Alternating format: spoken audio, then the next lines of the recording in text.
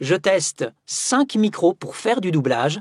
Pourrez-vous entendre la différence? Hello les amis! Bienvenue sur la chaîne de vovpro.tv pour cette toute première vidéo de l'année 2021. Tout d'abord, je tiens à te souhaiter tout le meilleur pour 2021, que cette année te soit la plus profitable et positive possible. Et puis en plus, cette année, je fête mes 20 ans de doublage. J'ai commencé en 2001, on est en 2021. 20 ans! Eh bien, je te souhaite d'en faire autant, évidemment. Je commence à devenir un dinosaure du doublage. Et donc, c'est fort de toutes ces expériences, au fil du temps, j'ai acquis du matériel et de l'expérience, et je viens te la partager. Alors, qu'est-ce que tu vas retirer dans cette vidéo? On va le voir tout de suite.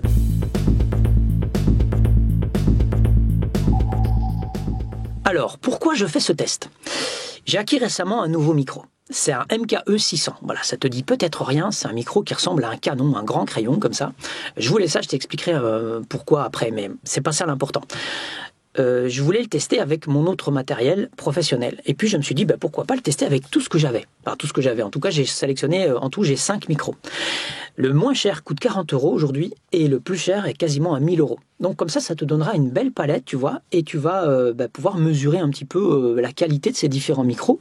Et surtout, on va parler de l'usage. Comment choisir le meilleur micro si tu veux te lancer et comment faire évoluer ton matériel si tu es déjà voix off professionnel, par exemple. Donc voilà, ça c'est un peu le but du test. Et puis je l'ai axé sur le doublage, parce qu'il y en a plein qui testent des micros comme ça, je veux dire un peu dans le vide. Ici, j'ai pris une parodie que j'ai beaucoup appréciée. Je l'ai adaptée en français.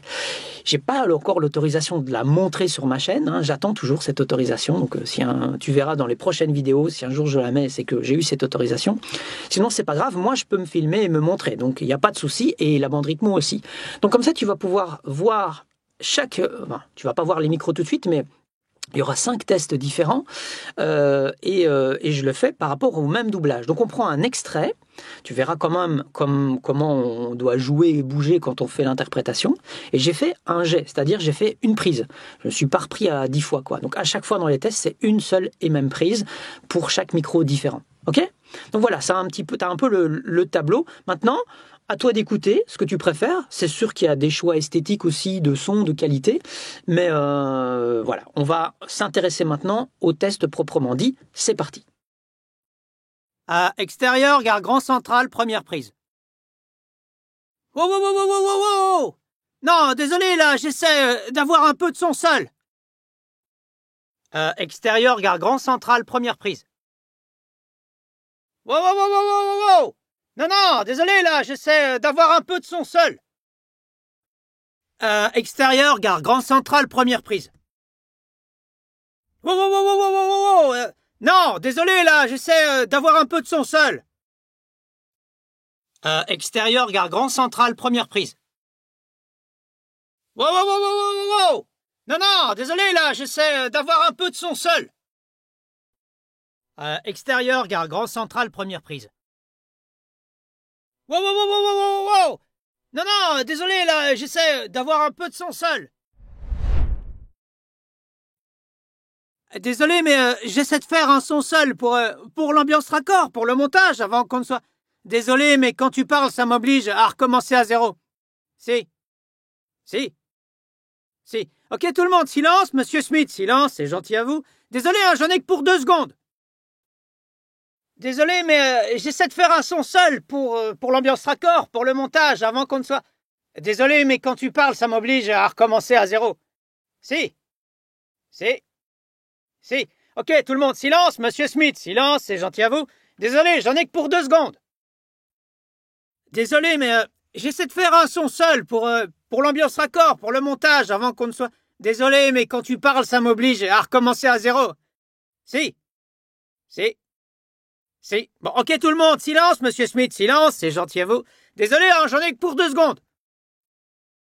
Désolé, mais j'essaie de faire un son seul pour l'ambiance raccord, pour le montage, avant qu'on ne soit... Désolé, mais quand tu parles, ça m'oblige à recommencer à zéro. Si.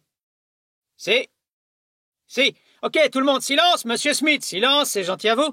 Désolé, j'en ai que pour 2 secondes. Désolé, mais j'essaie de faire un son seul pour l'ambiance raccord, pour le montage, avant qu'on ne soit... Désolé, mais quand tu parles, ça m'oblige à recommencer à zéro. Si. Ok, tout le monde, silence, Monsieur Smith, silence, c'est gentil à vous. Désolé, hein, j'en ai que pour 2 secondes.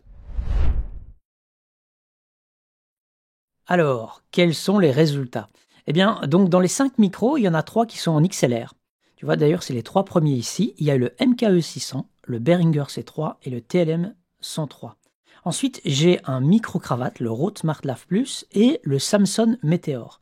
Alors, évidemment, dans le test, j'ai mis les 5 micros dans la même configuration. On peut dire que les 3 premiers, c'est un comparatif parfait, parce que c'est comme ça qu'on doit les utiliser.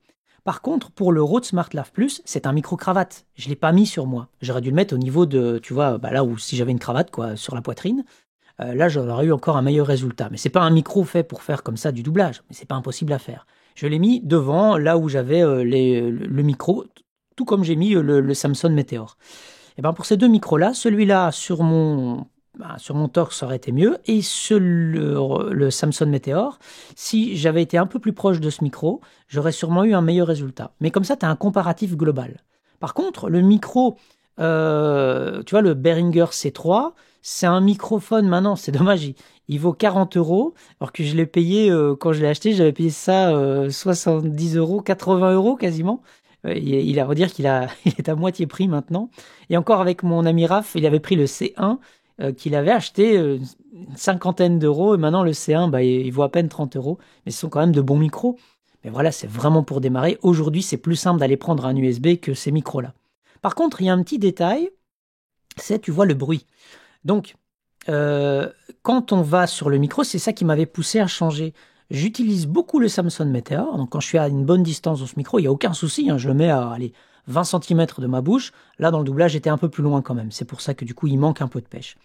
Mais si on prend cette portion-là, alors je vais te montrer un truc, tu vois, il y a du bruit. On ne le voit pas comme ça. Je vais zoomer dans la wave, tu vois. Donc en fait, j'agrandis tout le reste, et là, évidemment, on voit qu'il se passe quelque chose. Alors, si on regarde bien, d'ailleurs, c'est intéressant parce que tu vois, on voit vraiment les différences sur les 3. Donc, le MKE a rien du tout, il a vraiment un niveau de bruit très faible. Le Behringer et le TLM aussi, il y a un petit quelque chose, mais c'est comme il est très sensible, eh ben, il a pris un peu de ce que j'ai fait, c'est du son. Par contre, ici et là, ce sont plus des parasites. Alors, je vais te faire écouter ce que ça donne les parasites avec le Samson. Donc, quand on n'a rien, on a ça, hein.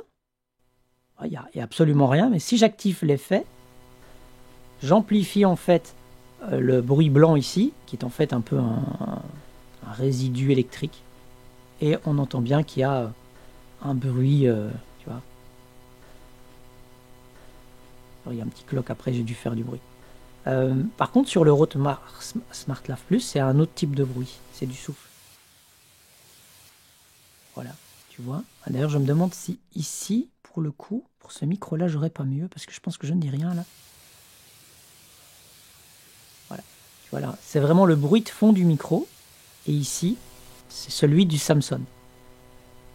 C'est pas dramatique, hein, quand on ne les active pas, les effets, enfin, je veux dire, voilà, sur un son normal, mais il est quand même là, donc quand je vais commencer à pousser un petit peu mes voix et faire des traitements, je vais également agrandir, enfin, je veux dire, je vais augmenter aussi le bruit ici. Alors, je vais écouter sur... Ah oui, ça tu vois, c'est bien. Je vais me mettre ici, du coup, c'est moi qui fais du bruit avec le fauteuil. Je vais le voir ici, plutôt. Ouais, c'est plus un bruit, en fait, d'ambiance. Ici, sur le Behringer. J'ai quasiment rien. Et puis, j'ai on va dire, des gates. Donc, ça veut dire que quand il n'y a pas vraiment de son, ça le coupe. Et ici, sur le MKE, il n'y a rien du tout. Tu vois, on voit que c'est très propre. Et ça, ce sont d'excellentes bases quand tu dois travailler. Tu vois, si tu n'as pas de bruit entre les deux, mais il n'y a pas de nettoyage à faire, etc. Tandis qu'ici, tu auras toujours...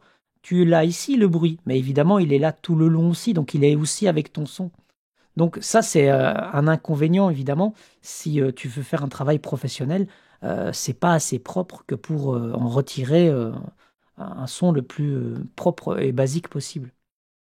Alors, cependant, maintenant, par rapport au doublage, tu vois, je t'avais dit qu'il y avait quelque chose de très très important. C'est, regarde, tu vois, les pistes, à part celle-ci, d'ailleurs, petite indication pour le Rode, je l'ai mis dans la caméra. Et dans la caméra, il y a déjà des traitements sonores qui s'opèrent. Donc voilà pourquoi on a un peu un niveau différent. Mais ce que j'ai fait quand j'ai mis toutes les pistes, c'est que je les ai mis au même niveau. Donc j'ai pas dû bouger là, mais là j'ai un petit peu baissé le volume parce que d'emblée c'était plus fort. Mais donc si on écoute maintenant chaque prise, eh bien, tu vas voir que donc j'ai fait le solo. Voilà, je vais commencer par celle-là. Extérieur, gare grand central. Je vais ajouter. Extérieur, gare grand central. Extérieur, gare grand central, première prise. Et tu vois, même si j'ajoute mes pistes, eh bien, je dois avoir une constante et je dois avoir des prises qui sont quasiment similaires. Enfin, ici, c'était le but, c'était de refaire exactement les mêmes prises pour pouvoir comparer les micros. Mais en fait, quand tu fais du doublage, tu dois être capable de refaire toute une prise exactement de la même façon. Si tu es capable de faire ça, c'est bien. Ça veut dire que tu peux refaire exactement ce qui était bien et éventuellement corriger quelque chose qu'il faudrait changer un mot pour un autre. Si tu n'es pas capable de refaire déjà 2 prises identiques, ça va poser un problème à terme. De toujours devoir, tu vas peut-être être obligé à chaque fois de recommencer toute ta prise parce que sinon on va sentir le raccord. Et alors maintenant je vais ajouter les autres, tu vas voir qu'il n'y a pas de gros changements. Extérieur, gare grand central, première prise. Et pareil, Extérieur, gare grand central, première prise. ça fait un peu bizarre, ça fait un espèce de cœur comme ça, mais si on va plus loin, Non, tu vois. non, désolé là, j'essaie d'avoir un peu de son seul. Alors il y a tout petit décalage, tu vois, mais quasiment on est parfaitement synchro et on a plus ou moins le même jeu. Enfin, je dis plus ou moins, c'est quasiment l'identique le même jeu. La bande rythmo, ça me permet de rester bien dans le rythme et près de ton interprétation, identique, ça permet de garder une constance là dans le jeu. Donc, si j'avais dû dire par exemple, Non, désolé là, j'essaie d'avoir un peu de son seul. on me dit « Ah, il faut pas dire son seul, il faut dire son d'ambiance ». Eh bien, je dois être capable de refaire exactement la même prise en disant « Non, désolé, je dois faire un peu de son d'ambiance ». Mais si je joue totalement de façon tout à fait différente, on ne pourrait pas coller un petit bout. Donc, de toute façon, on va me demander peut-être de refaire la prise à partir de là. Mais comme il y a un blanc, on pourrait très bien commencer ici. Non, désolé là. Mais si je fais à chaque fois une manière différente d'interpréter mon « Non, désolé », ça va pas aller. Donc, quand tu t'entraînes, essaye d'avoir... Allez, si tu fais une prise en 10 ou 20 secondes, d'un seul jet, essaye de la refaire une deuxième exactement à l'identique et une troisième exactement également à l'identique. Écoute tes prises et regarde comment ça se passe. Est-ce que tu arrives à être assez synchrone par rapport à la rythmo? Est-ce que par contre tu vois que tu décales? Alors si tu as bafouillé, ça sert à rien, tu recommences. Mais quand la prise est parfaite pour toi, et tu dois être capable de refaire exactement aussi bien plusieurs fois, tu vois, d'affilée en ayant, on dirait que c'est du copier-coller de pistes. Voilà, ça c'est un truc très puissant si tu t'entraînes. Entraîne-toi également à faire exactement les mêmes prises. Pas juste d'arriver à dire bien et à faire bien, mais vraiment toute une session comme ça complète. Alors, je vais te quitter maintenant ici avec on va dire les coulisses. On va terminer avec la bande rythmo et comme ça, tu vas pouvoir mieux comparer les micros. Wow, monsieur Smith, tranquille, mec. Je te l'ai déjà dit, j'essaie juste d'enregistrer un son seul. J'ai pris le train. Je suis tout ce qu'il y a de plus réel, j'essaie juste d'avoir un peu de son seul, ok? Oui, non, je suis juste l'ingé son. Je suis un vrai ingé son, ok? Wow, monsieur Smith, tranquille, mec. Je te l'ai déjà dit, j'essaie juste d'enregistrer un son seul. J'ai pris le train. Je suis tout ce qu'il y a de plus réel, j'essaie juste d'avoir un peu de son seul, ok? Oui, non, je suis juste l'ingé son. Je suis un vrai ingé son, ok? Wow, monsieur Smith, tranquille, mec. Je te l'ai déjà dit, j'essaie juste d'enregistrer un son seul. J'ai pris le train. Je suis tout ce qu'il y a de plus réel, j'essaie juste d'avoir un peu de son seul, ok? Oui, non, je suis juste l'ingé son. Je suis un vrai ingé son, ok? Wow, monsieur Smith, tranquille, mec. Je te l'ai déjà dit, j'essaie juste d'enregistrer un son seul. J'ai pris le train. Je suis tout ce qu'il y a de plus réel, j'essaie juste d'avoir un peu de son seul, ok? Oui, non, je suis juste l'ingé son. Je suis un vrai ingé son, ok? Wow, monsieur Smith, tranquille, mec. Je te l'ai déjà dit, j'essaie juste d'enregistrer un son seul. J'ai pris le train. Je suis tout ce qu'il y a de plus réel, j'essaie juste d'avoir un peu de son seul, ok? Oui, non, je suis juste l'ingé son. Je suis un vrai ingé son, ok? Alors, j'espère que cette partie de test t'aidera à choisir ton matériel ou en tout cas évoluer avec.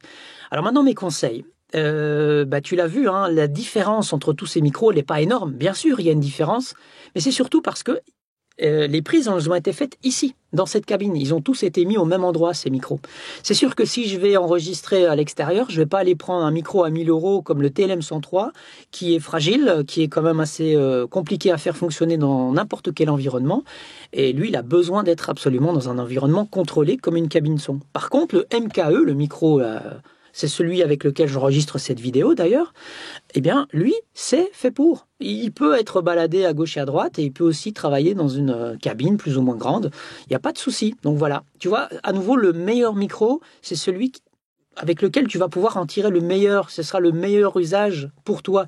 Si tu fais essentiellement, je sais pas moi, des podcasts par exemple, et que tu vas même te filmer de temps en temps, ou régulièrement il faut qu'on voit ta tête et le micro a son importance dans l'image, eh bien prends un micro qui a de la gueule, qui a un style, et voilà, ça donnera peut-être un petit cachet dans tes audios et dans tes vidéos. Mais si c'est secondaire, c'est pas obligatoire, tu vois. On pourrait très bien enregistrer aussi avec un micro-cravate. Mais évidemment, il y a des choix qui vont s'orienter vers un côté professionnel. C'est sûr que les micros XLR professionnels, bah voilà, il y a très peu de bruit de fond, tu vois, voilà, on peut y aller. Et puis on a une base propre pour travailler.